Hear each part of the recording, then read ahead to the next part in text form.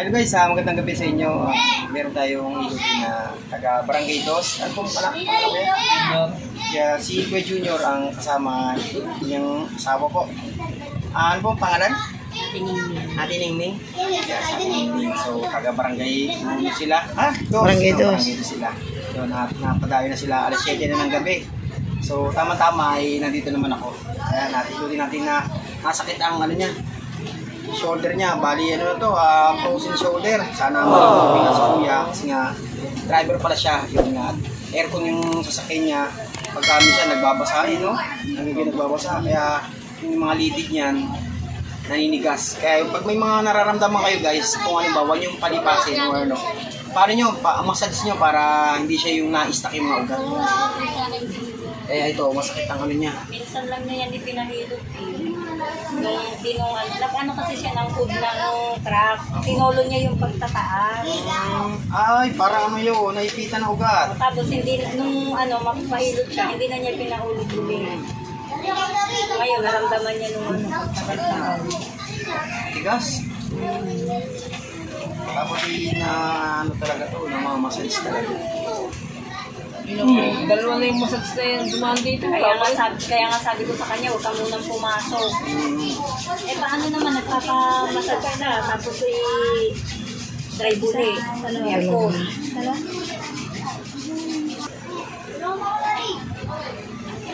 Dalawang therapist na babae na nagdaan dyan. Pero wala pa rin. Pagkahilot okay. Kinabukasan, ganun na naman. Yung unang babae na gilid, sobrang sakit ka lang. Papayak ako eh. Pinipilit, sabi ko hindi mo nakikita sa sakit niya. Naputok na. Yung papamassage yung sasakit niya. Na ano yun eh, nai-stuck siya. Pag sinasal sa mga ilang session, Depende kuya kung bawal eh. Di ba ngayon, kung massage mo, ay mga sabon na lang meron naman kung mamassage dito sa palengke eh. Sa second floor. Marunong mo ba kayo? Massage? Kahit malapit siya ikaw po, pwede. Ano siya, ilutin mo siya araw-araw. Or yung mga litid niya, para yung litid niya hindi na-i-stack. Diba, ilutin niya lang to. Tapos, dandahan niya itataas-taas hanggang sa kaya na niya na itaas-taas. Halimbawa, andito hanggang ngayon. Tapos, kinabukasan kaya na medyo itaas-taas. Ganon. Tapos, ano lang siya. Masad-masad lang. Tapos, ilutin niyo lang yung mga litid niya dito. Ito ang masakit lang. Ito sa likod na ito eh. Yan, tapos ito po, yan. Ito yung mga ito. Yan. Tapos kasi may mga ugat-ugat po dito yan. Yan, ilutin mo lang yung gano'n. Ay mga massage sa mga litid dyan para hindi na-i-stuck.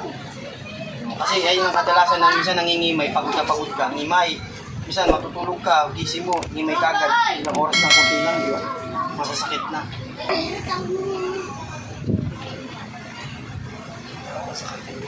Masakit yun daw. Sabihin niyo po pag masakit yung sakit ha. Matigas na. Sa ilalim, nalalagay niyo? Hindi rin. O, ganyan lang. Yan, lang. Frozen shoulder talaga to. Yan, sakit niya to. Yan, punta. Kanina, huli ko na sana yung kalapati eh. Pilipit na naman ako sa sakit eh. Kaya, masasakit. Kailangan to yung talagang maano yung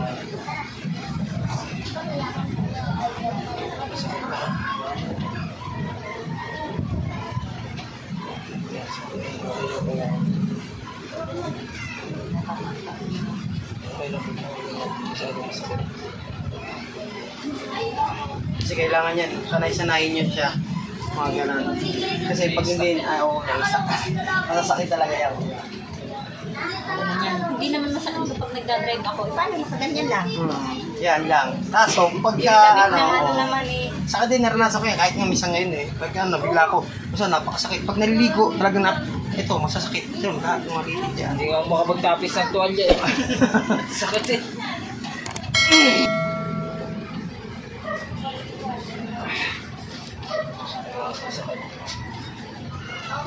mga liit na naligas na. Yan, ganyan-ganyan naman niyo po.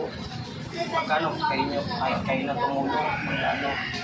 Kasi panghirot ni boss yung ano bang yung panghirot ni boss? Minumi. Hindi lang ako nakagawa ng Biyernes Santo eh. Gawa ng... Hindi ko alam pa rin isa. Yung ganyan yung kami yung panghirot eh. Ano, di ba, pagka yung ano ganun, Yung yung isang mata. Biyernes, yan, Martes, yan. Yung upersa. Ako ang ano eh, ako ang nangangalat. Sa kamay. Lalo pagka, saan maraming saan papinit sa likod. Ayun, mga likod. Wala naman kami ano ko sir. Ito lang ano. Pagka masasakit ng puro lamig. Kailangan ko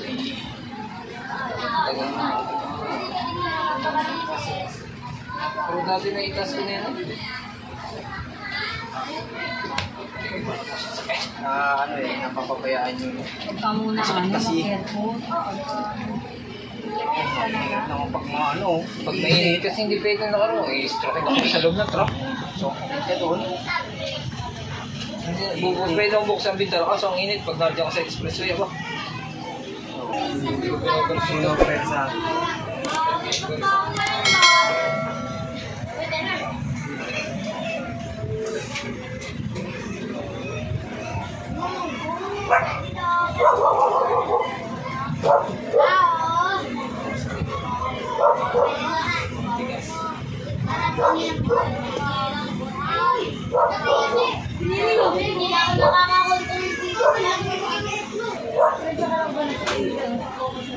Dati ka, anong bisan mo din, hindi nagalaw yung mga daliri ko. Yung ano eh, bakit tumigas na siguro eh. Nagalaw na eh.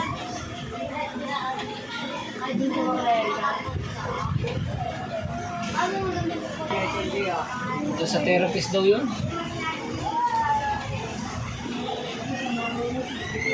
Yung unang therapist, sobrang sakit mag-hilot. Yung babae naman parang yung isa naman babae din. Puro istorya.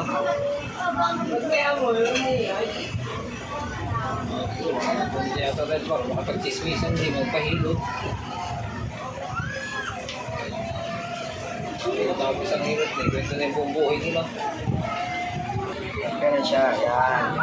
Kaya kailangan exercise talaga. Kasi kailangan din, tutulungan mo din sarili mo.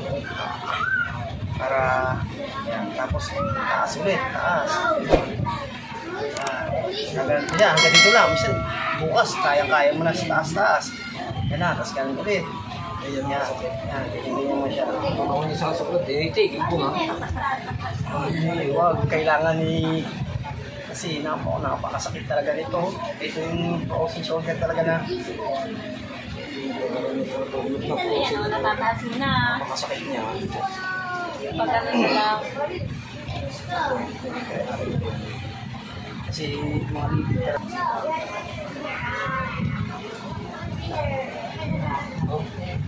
Babalik ka sa sobrang sakit ka doon.